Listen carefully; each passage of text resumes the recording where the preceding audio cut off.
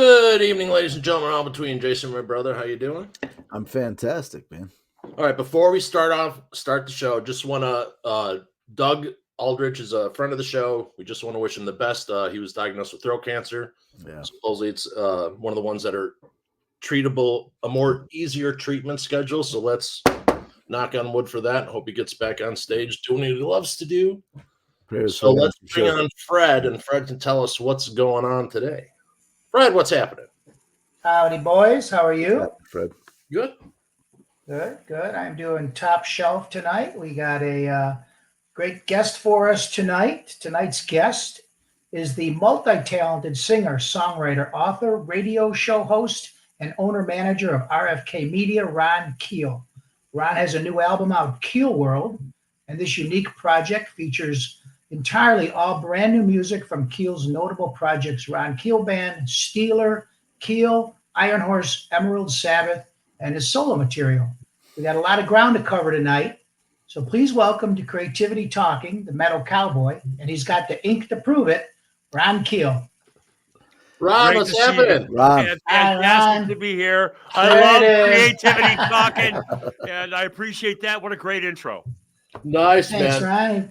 Okay, so I have to say, when I started my adventure into being a rocker, back when you had look at that. Not only a hair, little blonde in the hair right there. That is a Ron Keel impersonator waiting to happen. Right absolutely, man. And I gotta say, like, you hit right at the right. See, there's me and Michael Sweet with my Ron Keel hair. But you came around, man. So the way that it worked here in Chicago, me and Fred are from Chicago. Jason's out of he's in South Carolina from upstate New York. So we had pirate radio. We had WVVX. And so when I heard about Keel, we also heard at the same time Steeler. So that was like it was at the same time for me because it was like 1983, 84. Yeah. But man, had you hit 3 years later, you would have been the big, like, talk about timing. And like, what's really interesting, a lot of my rocker friends, when they found out you were coming on, they're like, kick ass, because everyone, you're respected. It means a lot. And, that's a strange comment for me because I felt like we were a little late to the party with the debut major label album coming out in 85. Right.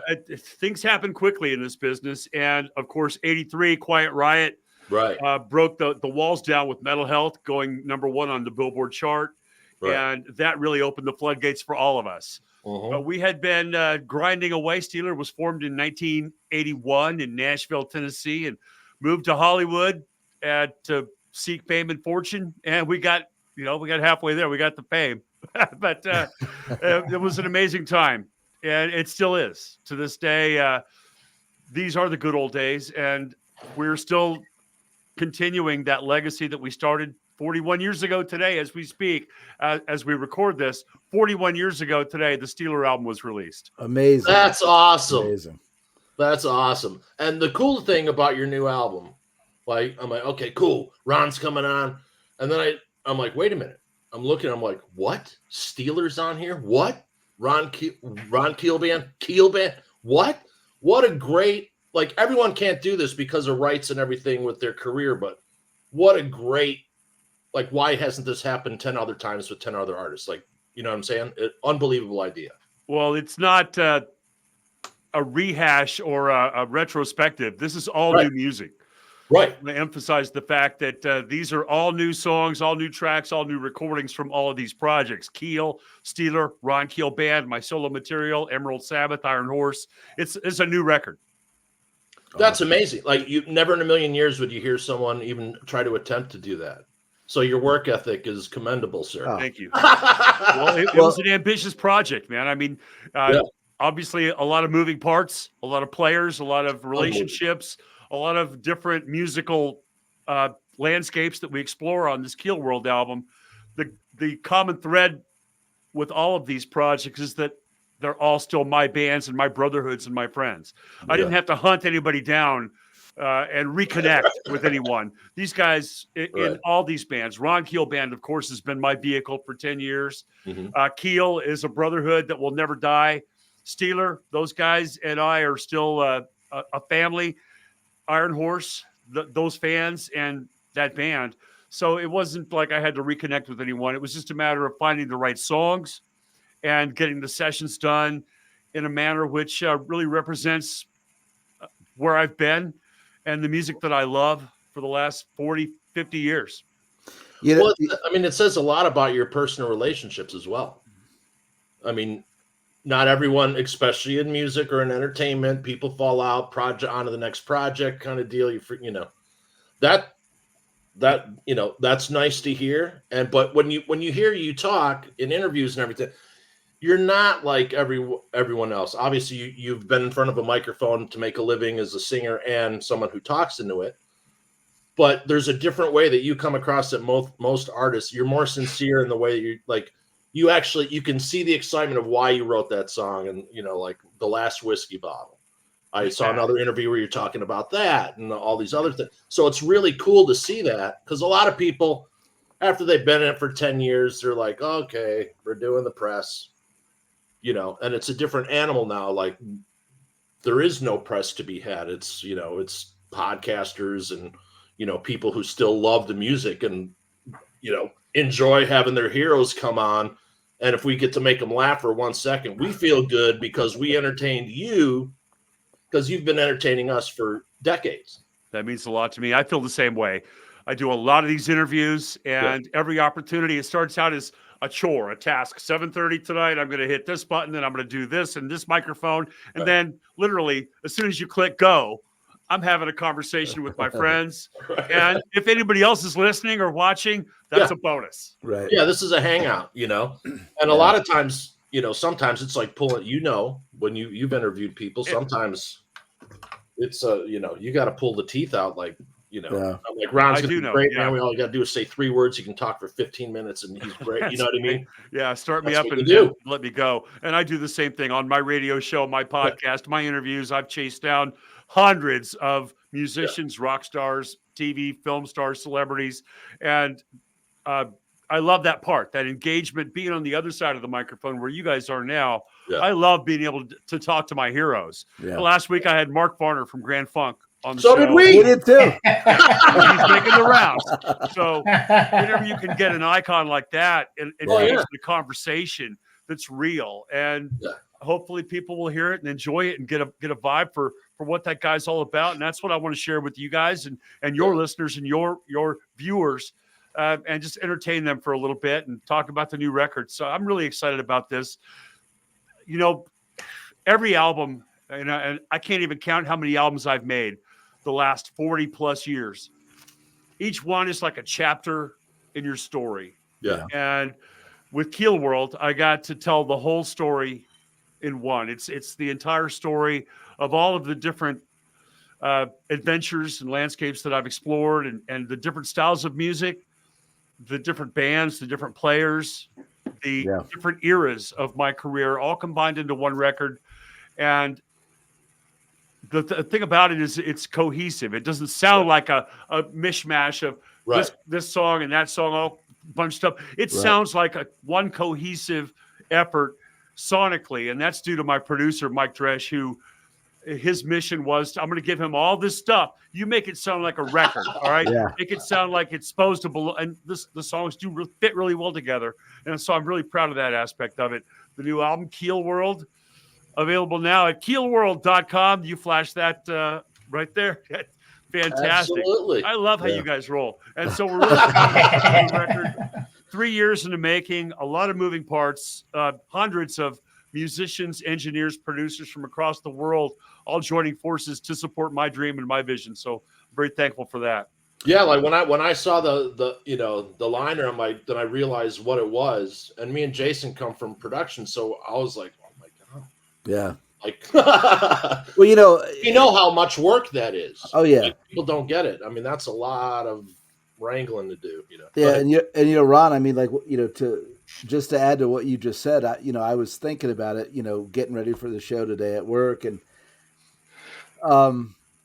for guys our age that were, like sort of cutting our teeth in music back in the day. And, we've had like Mike Sweet on and, all of us that are like maybe like George Lynch fans. There's a few artists that are, they got their hands in multiple projects and they're working all the time, which is fantastic. But you by far, in my book, have blown them away because it's like you've never stopped creating music. Right. Even through the grunge years. I mean, you did the country thing, and I mean, you've been making music for as long as I can remember, since I was like, an early teenager, and I think that's fantastic. I appreciate that, and that is through no fault of anyone's. It's just drive. It's just the fact that I'm driven to create, to entertain people. And I find this now at this age, after over, literally 50 years of doing this. Yeah. The process is different for me now than it was when I was 14. I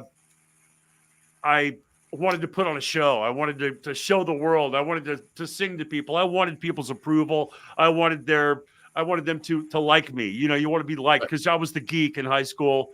Or grade school, anyway. In high school, I was the rock star. In grade school, I was the geek, and just I was never really good at anything but music. And I wanted that acceptance and that approval. I don't seek that anymore. I'm way past that now. But I write songs for myself and create albums like Keelworld for me. And then, but there's this evil gene that kicks in once you create it, and the song's done, and you love it, and you're really proud of it. All of a sudden, something kicks in your DNA and says, I got to put this out. I got to share it with the world. I want people to hear this. And, that is the marketing and business aspect of everything that goes on top of the music. But the music is at the core of everything that I do. I'm a storyteller, an entertainer, and that's where everything else stems from. The record company, RFK Media, our radio platform, KRFK, streaming audio and radio, the books, the comic books, the podcasts, everything else stems from the music. Without that, there wouldn't be any Ron Keel. Yeah. Well, you're definitely the hardest working guy in the biz. There's no doubt about it. Yeah, I'm glad you brought that up. I wanted to ask about a couple songs, but you brought up the comic book. So it includes a 12-page comic book style booklet with comic-sized versions of iconic photos from all the eras. What a fun little touch. How'd that come about? That's one comic book. I'll tell you about the real comic book in a moment. But the booklet contains photos from throughout my entire career. And this wasn't my idea. I'm talking to my partner, Aaron Fisher, at RFK Media. And he is a big part of everything that we do. And he's my longtime best friend and my business partner. And what are we going to do for the booklet? He goes, let's make it a comic book. And that was his idea. So we took all of the photos from my history. This was 1977? This one here. And my wife, Renee, who's an artist, took each image and turned it into a comic book kind of form. And all the captions are my favorite lyrical phrases from the songs. Oh, nice. So that was... first of all, I want to fulfill my creative vision, but also you got to give the fans something special these days, man. You can't just put out a record. You got to give them an audio event and a visual event to entertain them and give them something to look at and enjoy as they're listening to the record. But the real comic book, an actual graphic novel, Keelworld, The Metal Cowboy, is coming out soon. Awesome. It's a post-apocalyptic adventure, kind of like Road Warrior meets Gunslinger. Nice. And the Metal Cowboy is obviously the hero. I can't tell you if he dies at the end or not. I haven't seen the last page yet, but that's going to be pretty exciting to actually have our own comic book. We're getting into movies and comedy and comic books and any kind of entertainment that we can share with people that hopefully makes a profit and keeps people entertained, man. That's what we're all about. Awesome. Hey, you're going to give Kiss a run for their money, huh? Well, I learned from the best. Gene produced 2 of your albums. Produced a couple of your albums. Yeah. Gene produced the Right to Rock, our major label debut, and the follow-up, Final Frontier, in 85, 86. 2 of my favorites. So I literally lived with Gene for a couple of years. During that process, he taught me so much, and a lot about music. Not just business and merchandising and marketing, but a lot about music as well. So that was a very positive relationship for me. Wow. Gene gets a bad rap, but I personally don't think that people understand how actually smart Gene Simmons is. Brilliant. They just don't get it. You know, it's a different toolbox.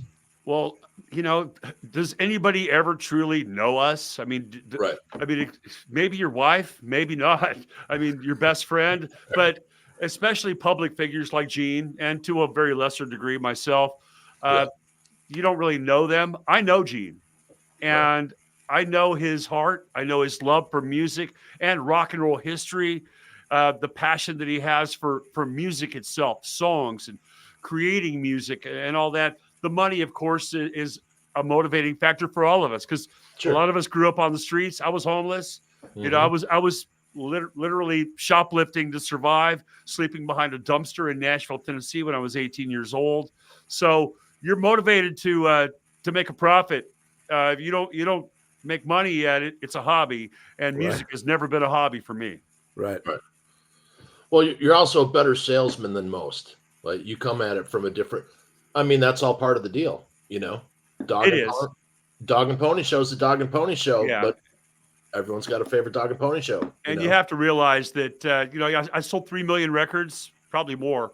And if you sell 3 million albums, that means billions of people don't like you or don't want what you do. So, you know, I'm cool with that. I heard you say that in an interview earlier because, you know, doing my research. Yeah, I'm one of my favorite quotes. If everyone was told that, who had like an attitude about whatever, you know what I mean? That would just like deflate probably about 85% of it. You know, like, you know, you have to keep it in perspective, man. I mean, not everybody, you can't please everybody. Never. And I'm at peace with myself. I'm comfortable in my own skin. And I realize that music is a personal journey. It's and like I said earlier, when it becomes public, when you decide that you want to share it with the world. But and that is part of my drive and my vision always that doesn't go away. I can say I'm content here in my basement writing songs and being creatively fulfilled and doing it for fun. But then something kicks in, man. It says, man, you got to put this out. You got to share it with the world. Somebody needs to hear this without an audience. Right. The audience makes the music come alive. They're the ones who really give it life, give it wings, and give it life. So I do believe that the audience is the most important part of the equation. Yeah, like how many times when you're writing a tune or tracking something and you're like, oh man, I can't wait to play this on stage. Like this is gonna just burn their faces off, you know, like others, you know what I mean? Like there's certain ones got that little bit of extra whatever it is that, you know, personal excitement. I mean, playing it on stage is another part of the equation, not just releasing it or putting it out on an album, but very compelled and always have been to include new songs in the show. I know a lot of artists have to stick to the hits when you're doing a tour and you got to play the songs everybody knows and loves. Thank God I only had 5 hits, so I could fill the rest of the show with all the stuff I like. Right. Yeah, you know, I mean, that actually, it has to be an anchor for some of the bands that they have 2 songs that they can swap out, and that's got to be insane. Yeah, that's got to be. I mean, and I've always lived by the standard that if it's a great song and you're really selling it and you're really delivering it to the audience, it doesn't matter if they've heard it before or not. If it's powerful and it's real and you deliver it properly, they're going to get it. Absolutely. If they don't get it, then that's because maybe they're not paying attention. They're on their phone or they're in the bathroom or something. That's out of my control. But and I've done this in every band throughout my entire career. I've never been afraid to come out of the chutes, opening the show with a brand new song or including the new material in our show. Sure. And we do a lot of that stuff with my band, the Ron Keel Band. We play a lot of big bike events like Sturgis, and motorcycle rallies, casinos, and, big events where, there's 5,000 people out there and probably only 50 of them really know who I am. They maybe have heard of Keel and they've heard the songs. And they grew up listening to the same albums you guys did. But, you're looking at thousands of people who don't really know who I am. And you've got to sell your songs to them, right? And include those songs from your catalog, your career. And I can tell you, man, there's not a crowd I've ever met that will not have their fist in the air singing along with "The Right to Rock."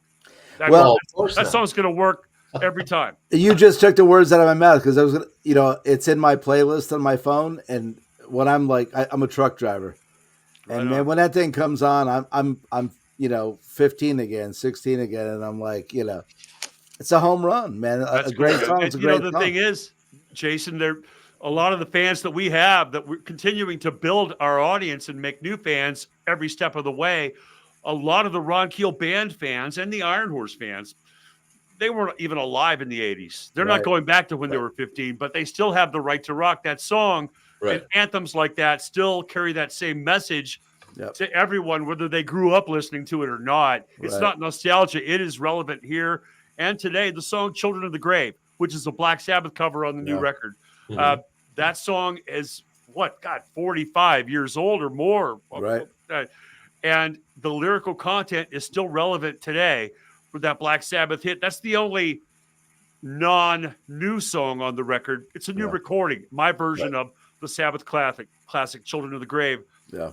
But it is a new recording of that classic Sabbath tune, which the lyrics still are relevant today. We're living in the shadow of atomic devastation. We're living in the shadow of nuclear Armageddon. It's and crazy. that's when Sabbath wrote that song. That's what they were living with. That's what we're still living with today. So the topic is timeless. It's getting insane out there, man. Yeah, People need to just relax, find some good music. Yeah. Well, April 13th, 2029, there is a comet that's going to collide with planet Earth and wipe us all out. You probably heard that conspiracy theory, but I tend to believe that. So I'm booking a big gig for April 12th, 2029. We're gonna go down partying, man. Hell yeah! Hell yeah! This is Creativity Talking, reporting from the end of the world. End of the world party, hosted by Ron Keel. Nice. And so who knows, man? Tomorrow is not guaranteed to any of us. Right? Yeah, have you heard this? We're getting an extra moon for a little bit. I have not heard that. No, like it's normal. Like there's something going to be like rotating around the moon for the next 4 months. Nothing's normal these days. Nothing's normal. What is the new normal? Going on? Man, I'm just gonna have a good time. One day at a time. We're all on a one-day contract. I mean, really, we're seeing so many friends. You just mentioned before we came on, Doug Aldrich from the Dead Daisies, a dear friend of mine who's just been. And I saw a Facebook post earlier today wishing Doug well. And I go, what's wrong? I talked to a couple of people. David Pear, who is directing our new Steeler video, is the Dead Daisies videographer. Okay. And he said, well, things aren't good. There's something wrong. And I didn't get the whole story. I just got that scoop from you guys that Doug has been diagnosed with throat cancer. And God bless him. He's a dear friend and an amazing guy. So we're wishing him all the best. But you never know. We're all on a one-day contract. That's why I wrote that song, The Last Bottle on Earth.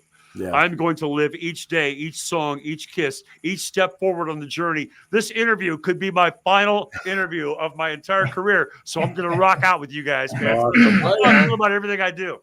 Right on. I'm glad you brought up Last Bottle on Earth, because of all the songs on the album, that's the one that I felt really had a meaning to it. You could just feel the emotion pouring out on that song. Thank you. I'm really proud of that. I do believe it's one of the best songs I've ever written. You don't know how big of a deal this is. What Fred only listens to heavy metal. For him to say that, this is a huge. That's why it says that. Literally a huge step for Fred, because he's very boxed in his musical. Yeah. So that for him to say Television. that is a huge deal. Yeah, we bust his chops a lot. We try to turn him on to some other genres. Well, metal is now it's a very broad term. It's not what it was 40 years ago when I was playing American metal with Steeler. It has diversified, so where there's so many different kinds of metal. But The Last Bottle on Earth, Fred, that's, to me, it reminds me of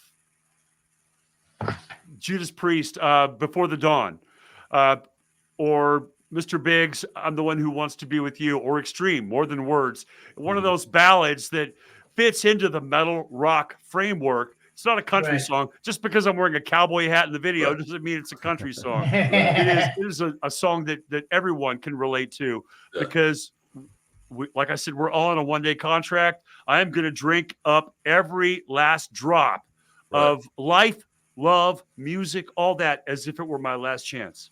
Absolutely. You know, it's like this new way to thing, live. country metal. Are you like going, hello?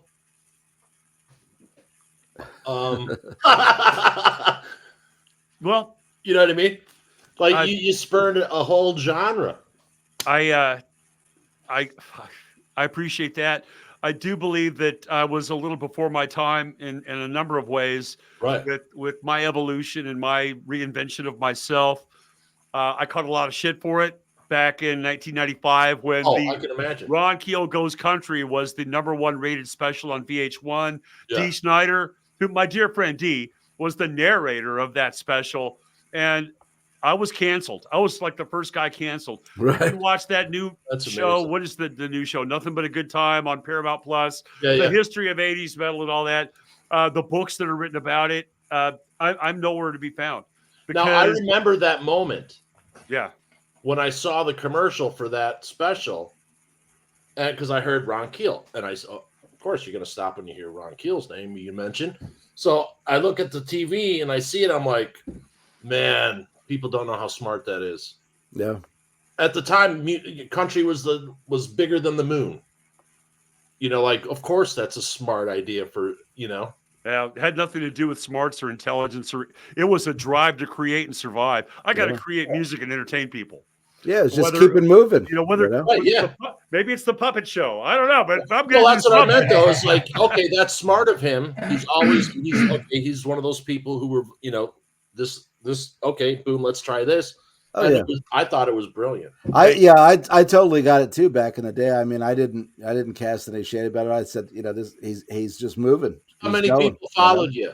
Like as time went on, all of them, and you know, the metal audience can take it or leave it if they like Fred just said, man. Last Bottle on Earth, he just brought up that song. It's all about the songs, man. It's not about the style. Genres. I'm only going to eat Italian food. I like all kind of food, man. You know, my wife goes to the grocery store and brings home some exotic meal. I'm going to try it and I'll probably like it and it tastes good. Absolutely. I grew up in a time when there was no prejudice about music. We heard the Eagles and Black Sabbath on the same radio station. Yeah. We didn't know the difference. Right. We just thought it was cool, man. I thought Take It Easy and Paranoid were both really cool songs. Absolutely. And that's where I ended up. Yeah. I just carried on that tradition throughout my entire life. And of course, you focus on an art form. If you're going to do sculpture, you do sculpture. If you're going to paint, you're going to paint. Right. You know, these are different art forms: country, metal, rock, hard rock, classical music, blues, whatever. You're going to focus on that art form, and you've got to immerse yourself in it to master it.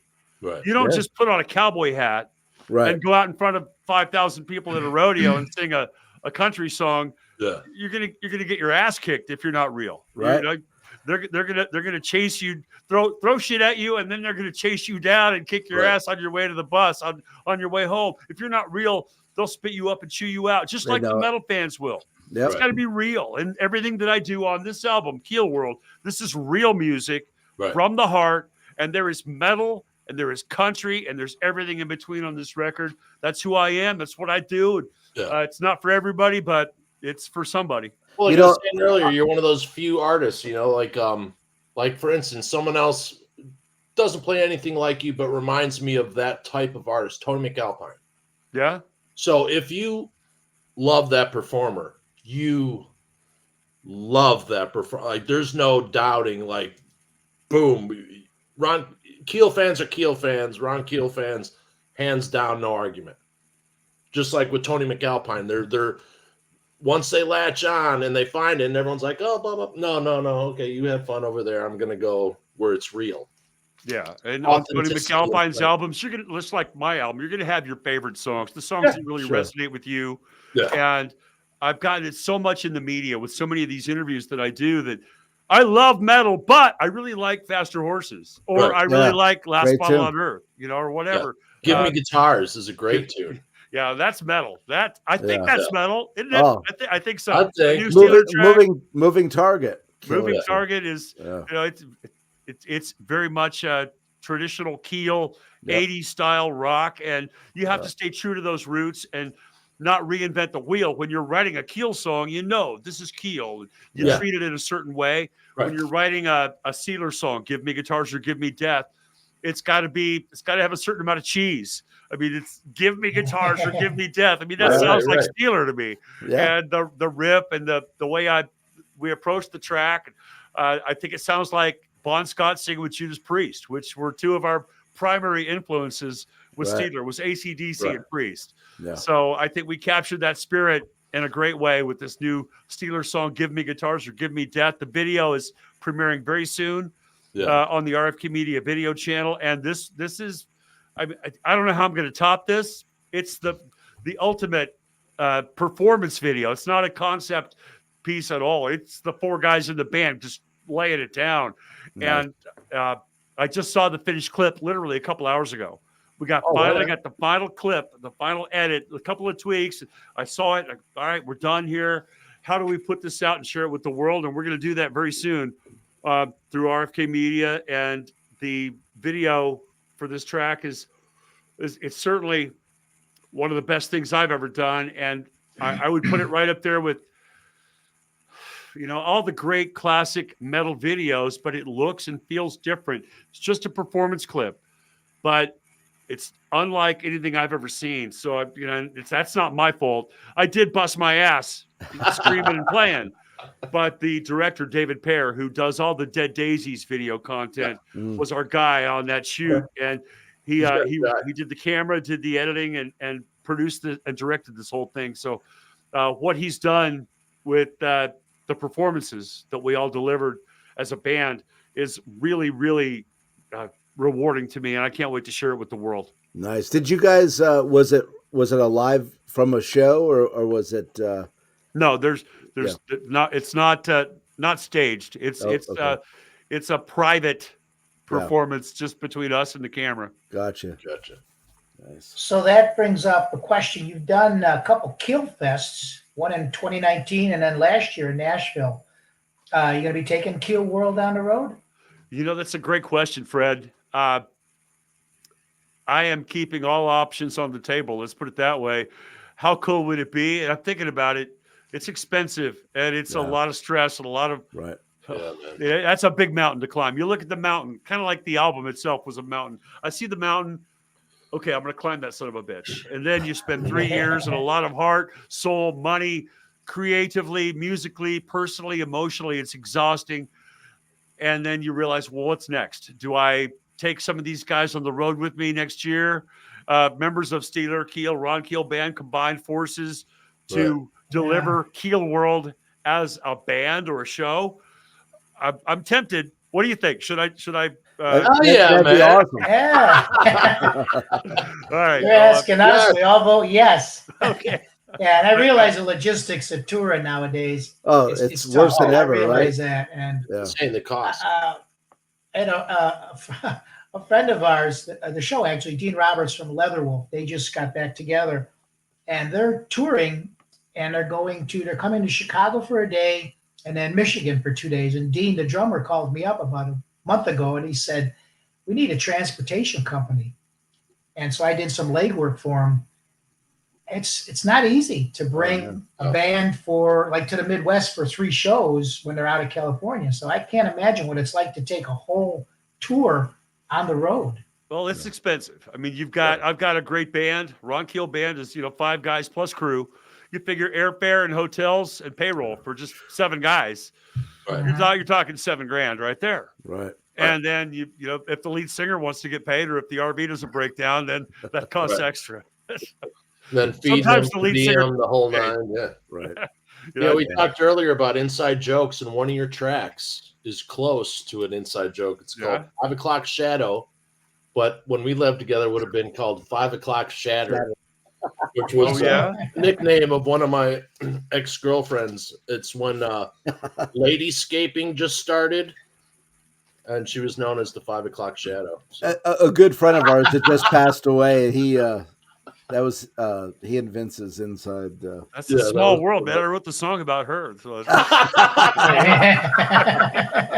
right on. All right, Gillette, the best a man can get. Right. I love it. Okay. I wanted to ask you, Ron, real quick, if I can get this in.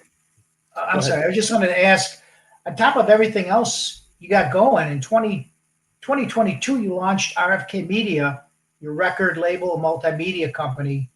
How involved in the day-to-day operations are you with that? Totally. I am totally involved in every aspect of the business. We have a great team and some great partners, but I am literally, there's, after 50 years of doing this, Fred, I've got a wealth of experience, knowledge, everything from contracts to graphics to video editing to social media and all the stuff that I do. We could hire somebody maybe to take some of that load off of me, but you can't replace that experience. And a lot of it's creative too, whether it's a contract or a web graphic or a video or whatever.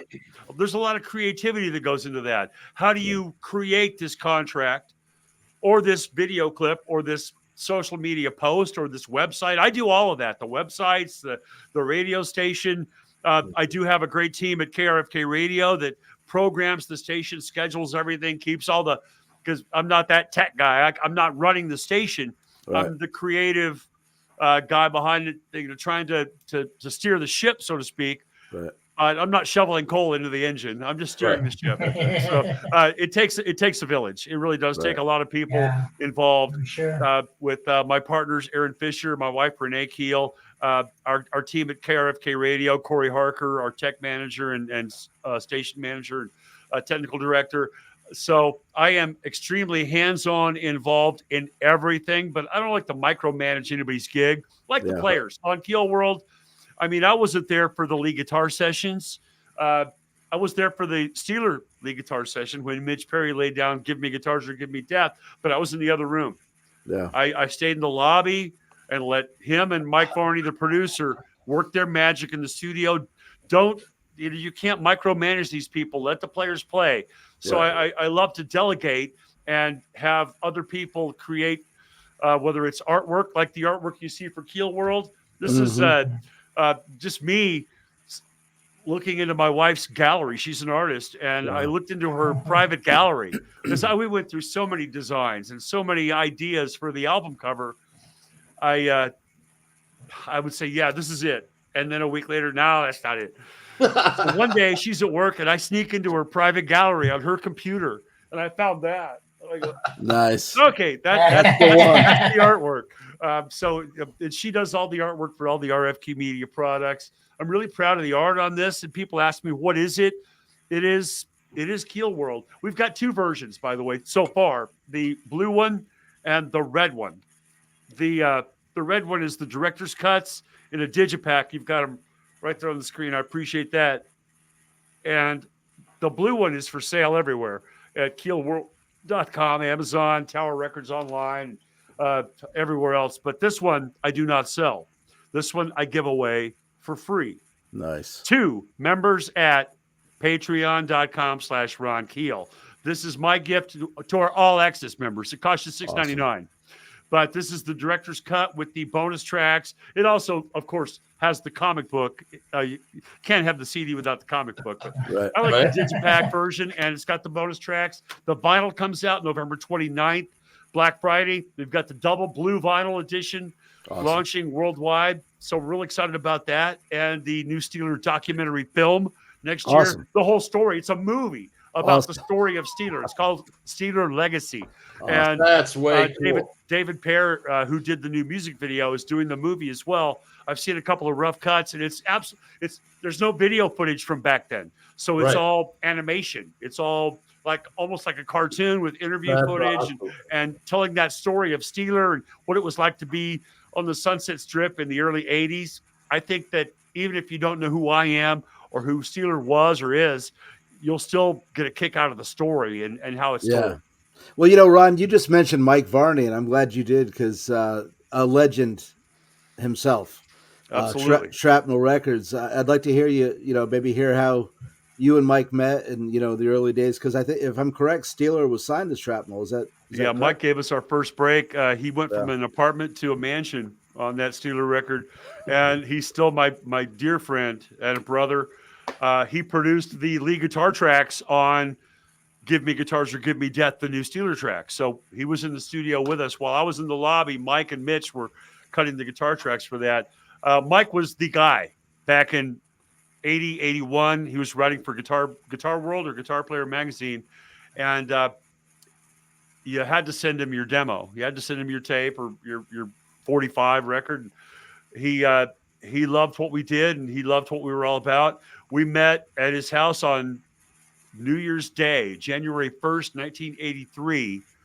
And I went to his house in Northern California, and we sat there and we listened to a bunch of tapes of different guitar players trying to figure out who was going to be the guitar player on the Steeler album. And he pulled out a tape of this one guy from Sweden called Yngwie Malmsteen. And I said, that's the guy. You know, that obviously he's got something really special. Right. So we pegged him to be the lead guitar player in Steeler. And Mike gave me the opportunity to really launch my career with that record. Came out 41 years ago today. I might have mentioned that already in the interview. 41 years ago today, the album came out. It's never been out of print. It's a big seller and a big cornerstone of that foundation of 80s rock and metal, and I'm really proud of that. Yeah, absolutely. I've seen a couple interviews when you speak about Mr. Malmsteen, and see,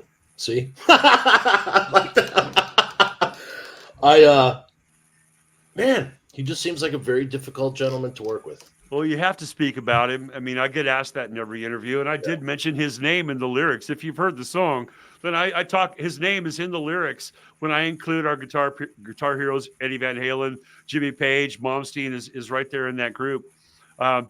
So I'm really proud of the fact that his first album is my first album, and that we had a great beginning and really a great relationship, other than the fact that we couldn't write together or create together, because he's the neoclassical guy, and I'm the American metal, like Edward Van Halen and David Lee Roth. And thankfully, Edward and David were able to find that common ground that Yngwie and I never were able to achieve. But we're really proud of that. And he came here he was on a mission, and he accomplished that. He did what he came here to do. Sure. So did I. Absolutely. Yeah. Absolutely, man. And what a great, I mean, that's just one of those bands, you know, that's just going to live on. Iconic. Yeah. Well, when you hear the new Steeler track, "Give Me Guitars or Give Me Death" on Keelworld, and you see the new video, nobody's going to miss Yngwie. Mitch Perry is Mitch took Yngwie's place in the summer of '83. Yeah. So Mitch has been in the band for 41 years. Yeah, monster player. And amazing. Find all that stuff, of course, at keelworld.com. Yeah. Amazing. So it was cool. So Ferrari was back on the track as well? For Keel? Yeah, it wouldn't be Keel without Mark. I mean, it's my last name, but it's his band. Right. You know, he was one of the so good. Yeah. Like, it's, you know what I mean? Like when it's all the same guys. I mean, it's all the same guys. Brian, everybody. Yeah. All the awesome. same. You just can't. And I could have the last 20 years. It's my name. I should have or could have. And Gene Simmons always telling me this, Ron, you should call it Keel. It's your name. And I go, no, man, I go without those guys. That ain't right. But I probably left $1 million on the table not doing that. Yeah. Always right. The rule number one, Gene Simmons is always right. Rule number two, rule number one. Gene was right. Called it Keel. But I just felt like, those guys that's my family. Mark Ferrari, Brian Shea, Dwayne Miller, the guys in Keel. That's a brotherhood. That's family. Yeah. And there's you can't put a price tag on hurting your friends or family, and I won't do that. Yeah. So he's another guy that should be way up on the best guitar player lists. And like, these people don't know what they're talking about when they make these lists. How is Taylor Swift number 10 or 8? What is going on? You know, I'm kind of pissed. I'm kind of pissed at Mark Ferrari, though. I've had a double neck fetish since that white double neck he had in Tears of Fire all those years ago. I haven't been able to shake it yet. Oh, dude. Mine is. Hopefully, I can stretch the cable long enough to get mine. Give me a second. Oh, this is going to be awesome. Talk about double necks. And I've got to plug my earpiece back in so I can hear you guys. Ah, look at that. There you go. The story waiting to be told for many years. Nothing like a Gibson. This is a 1975 Ooh. Ibanez. Oh, it's an I. And Oh, I Really? bought this guitar when I was 14 for $175 brand new. wow. And it's really heavy. It's really heavy. It's a bear to tote around, right? So I ended up selling it because you couldn't have two guitars back then. Right. You want a new guitar? You got to trade your guitar in on a new one. You don't have two guitars. Right. You can't afford to have two guitars. So I traded this one in on a Les Paul. And, I missed it so bad. I just love this guitar. And I went back into a music store in Phoenix a few years later, and there it was sitting on a stand for sale. It's the same guitar. You can tell it's got my signature little nicks and cuts. The speed knobs I put on it back in 1975. You I put actually these knobs on it. found the same one. How many years apart? This was probably 6 years later. I saw it in a music store. It was on sale. I'm still broke and homeless, but I saw it. I go, I got to have this guitar back, and so I could put it on layaway. They call it layaway, where you put some money down. So I'm digging quarters out of my pocket. I came up with like $20 of ones and quarters and pennies. Put it on the counter and said, I want this guitar. Put it on layaway. I put $20 down on it. I had a month to come up with the rest of the money, like $600. Yeah. So I did. I got the $600 by hook or crook or working my ass off. So I got the guitar back. And of course, a few years later, it gets really heavy. It's tough to tote around. I really want another Les Paul. So I traded it back in on a Les Paul and always missed it. Of course, decades go by. And I get this, and I'm doing eBay search, man. If I can ever find another one of those Ibanez 1975 double necks, I'm going to buy it, right? And so I set up this eBay alert. So every time one comes up for sale on eBay, I get a notification. And I look at this one. It's a one-day auction or some kind of deal. It's like, buy it now for $1,100, right? And it's just like my guitar. It's just like the one I used to have when I was a kid, right? So I hit buy it now.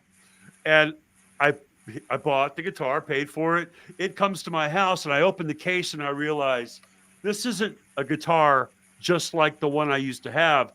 This is my guitar. I put that hole there. That's crazy. I did that with an ice pick, trying to. I put that hole there in 1975 with an ice pick. That is amazing. And I opened the case and I looked at it and I knew. Dude, you must have freaked. This is my guitar. I started crying. You must have freaked. So talk about the double neck fetish, Jason. I get it. And she's never leaving my house again. You know what? That's awesome. I'm a gear freak, and I'm a sucker for a great guitar story. I love, like Frampton and the Phoenix, how it found its way back to him. But yet again, Ron, you take the damn cake because you got it back twice. It's unbelievable. I have used it on stage. I don't take it on the road, but if I've got a local show in Sioux Falls, I'll try and pull it out for a song or two. And it's just obviously that memory when I was 14 years old, and I'm almost 64. So literally, almost 50 years. If that doesn't tell you it's meant to be, you and that guitar. Exactly. Don't ever trade it in again. No, it's not going anywhere, man. You can put this guitar in my grave with me. Right. That's awesome. I love another great song off the new album, Guitar in the Grave from Iron Horse. Yes. See how I tied that all together. Absolutely. I love that. Yeah, Neon Circus taking me back. Embryo, Faster Horses, Give Me Guitars or Give Me Death. Moving Target, Hollywood, Hard on the Outside, 5 o'clock show. Great tune. Another great Thank you. I appreciate that, man. I'm really proud of the songs. It starts with the songs, man. Without the songs, you wouldn't have Keelworld. Right. The songs have to be real. They have to come from the heart. They have to tell stories, and they have to take you somewhere on a journey that it's not just a product. It's not something we sell at the merch table. It's a piece of me and a piece of my soul. And I'm really, really thankful for the response. Well, honesty goes a long way. And after what everyone's just gone through the past few years with the plague, it's nice to see now there's a lot of positive, happy music coming, man. Yep. And that's what we've noticed is like people are coming back with the hope and the fun. Yeah. And, Well, you have to. I mean, that's Yeah. what our song on the bonus track, which is not on the blue version, it's on the red version, When This Is Over. It is it was a big hit for us in 2022. It was one of the first songs we cut for this album, and I felt it was so important that we had to put it out now as opposed to wait for the album release. So we put that out as a single in 2022, just as we were coming out of the pandemic. I got a message from a fan in Europe, and he had said, man, I love what you guys do, and I'm a huge fan, and I can't wait for you to come over here and be on tour when this is over. And those 4 words, when this is over, just really hit me like a ton of bricks. And I think, is it ever going to be over? I mean, we've been living in the shadow of World War III since I was born. Right. Oh, sure. We were hiding under our desks. Remember that? Yeah. You know, Guys again covered. yeah, if an atomic bomb comes your way, just go under your desk, right? Oh, that'll work. Yeah. We grew up with that, and we're still living with it to this day. So is it ever truly over? But we have to believe that once, and it's not about the pandemic or World War III or losing your job or getting divorced or any of that shit. It is about the hope that when all that is past us, things are going to be okay. You know, there's hope. You've got to have that. You've got to believe, no matter how naive or immature or juvenile that belief may be, man. I think the best is yet to come. I'm 63, and I think the best day of my life is today. Until tomorrow, it's going to be even better. You know, so I'm not looking back, man. My windshield is this big, my rearview mirror is this big, and I'm going full steam ahead, man. Absolutely. That's awesome. That is a great way to look at it. I like the review. So I got a crazy idea for you for the next album. Hear me out on this one now. It's a double album. The first album is you take some of your favorite heavy metal songs and you do them country. And then the second album, of course, is you take some of your favorite country songs and you make them metal. What do you think? That's brilliant, Fred. It sounds like another 3 years of my life and another 30 grand down the tubes. But Why that's not? a great idea, man. And it is all in the treatment. That people don't really realize, you know, when they talk about, well, it's not metal or it's not kind of, this is metal, this is country, whatever. These are just songs, and how we treat them is what makes them stylistically different. You can take a metal song and make it country. You can take a country song and make it metal. We've all heard artists do that. So it's really in the treatment. How you take a song like Because the Night that we did on Final Frontier, or The Stones, to Spend the Night Together, or any of the other covers that I've done throughout my life. You take them and we do what we call, I keelize them. You know, I give them my spin, and you treat Because the Night as if it were a power rock anthem. My favorite version of that tune, by the way. Thanks, man. So that is what it's all about. I do, even in my solo acoustic gig, I've done a country version of Speed Demon before, man. It's not pretty, but it's a lot of fun. I mean, you can take any song and countrify it, or you can take any song and metalize it. But that's a great concept, Fred. I'll look into that. And you can have that for free. You talking cover songs or my songs? Whatever you feel like doing. Whatever you want to do. I feel like retiring. How about I think I'm done. Welcome to my farewell album, Keelworld. I think I'm done. Fred, don't be giving me assignments, Fred. Way to go, Fred. You tired him out. Thank you very much. Good night. So bring up one last thing. Your autobiographical book, Even Keel, Life on the Streets of Rock and Roll. I read a review on it the other day, and somebody put in there, great book, but he ended it quickly, like there's more to come. And now after we've been talking for the last hour, shit, you got so much more to come. I mean, think of everything you've done in the last handful of years. Well, the book did condense the last years of my life before I wrote it into, you know, segments that wasn't sure that people wanted to hear about that. I know everybody wants to hear about the dirt, the Hollywood days. I really wanted to tell the story of my upbringing, the childhood, the development, the journey, the chasing stardom or chasing success or chasing the achievements that I eventually ended up accomplishing. And it's been 10 years since it was published. I do want to, one of my goals is to add the last 10 years, expand upon some of those other chapters, and release a new revised edition, updated with new content.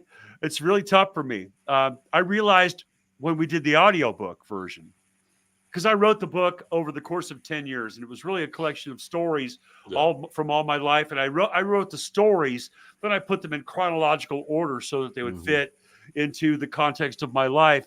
And then I'm reading the audiobook, and there were times when it was really painful. When, man, I don't even like this fucking guy, you know? I mean, there's a lot of stuff I'm not proud of, and I didn't even really go as heavy into the sex and drugs as some people might have. And I tried to avoid that. I tried to make it about the journey and the songs and the music and the power and the drive and all that. But of course, there was a lot of dirt that I left off. And then the book comes out, and people goes, "Man, there's a lot of sex and drugs in this book, man. Wow!" I go, no, I didn't even go there. And I'm reading it, and I'm going, "Man, I'm really not proud of this." You know, I did a lot of shit that I shouldn't have done. I made a lot of bad decisions. I don't know if I want that out there. It's already out there, of course. But how now revising it? How do I go about the new edited, new version which contains all the last 10 years since the book was published? How do I correct some of that stuff? I can't lie about it. I can't hide it. Can't sweep it under the rug. It happened. I've already told the story. Do I want to relive that? I found myself reading the audiobook, and I'm having to relive this shit again. And it wasn't comfortable. It wasn't, maybe it's entertaining to people. It was not cathartic or therapeutic for me at all. So I know there's a huge demand for it. We'd like to do a new version of that book and release that through RFK Media. I know the fans want it. You bring it up. It comes up in every interview. It's a tough thing for me because I know I'd sell a shit ton of them, but it's tough to finally sit down at the computer and rewrite it or retell that story or add to that story or revisit it. I'm so focused on the next gig, the next song, the next chapter in my life that revisiting that's a tough one. But I have had a lot of compliments on it. It really is a very honest treatment of my life. Nobody gets thrown under the bus. There's no trash. I don't talk trash about Ingve or the ex-wife or none of that. I throw the author under the bus pretty heavily though, and that wasn't very comfortable. So. And you know that being said, man, we can all relate to that because you know it's part of the journey, even the bad stuff, right? You know, we all look back, you know, especially when we get to this age and we go, you know, we're not the same people we were in the 80s either. You know what I mean? So, I hear a lot from people. Oh, can you believe that so and so? Then they think that's the end of the world. I'm like, hey man, to them it may be. Like their worst thing doesn't mean your worst thing or my worst. You know. Yeah, I mean, there's no car crashes. There's no drug overdoses. There's no.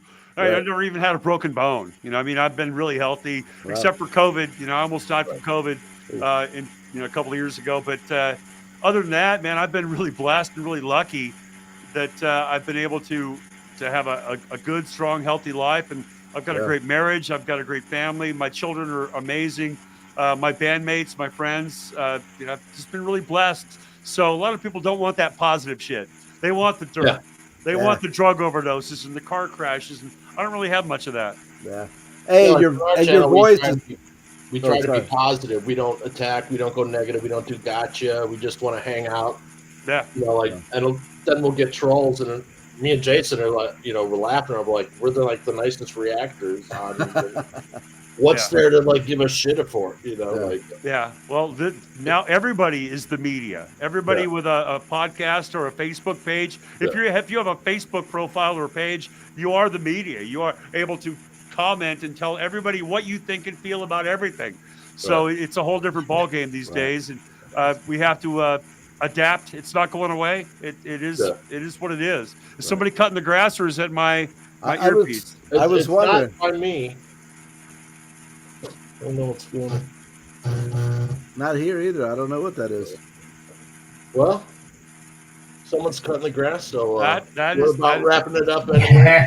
You know, like, the that's trolls- my signal. That's my Yeah. that's my escape signal. The comment is trolls. closing in. We're about to have impact. Yeah. Keelworld It's coming is going early. to It's impact coming early. competitors any minute now, and it's going to all hell's going to break loose. It's going to be total devastation.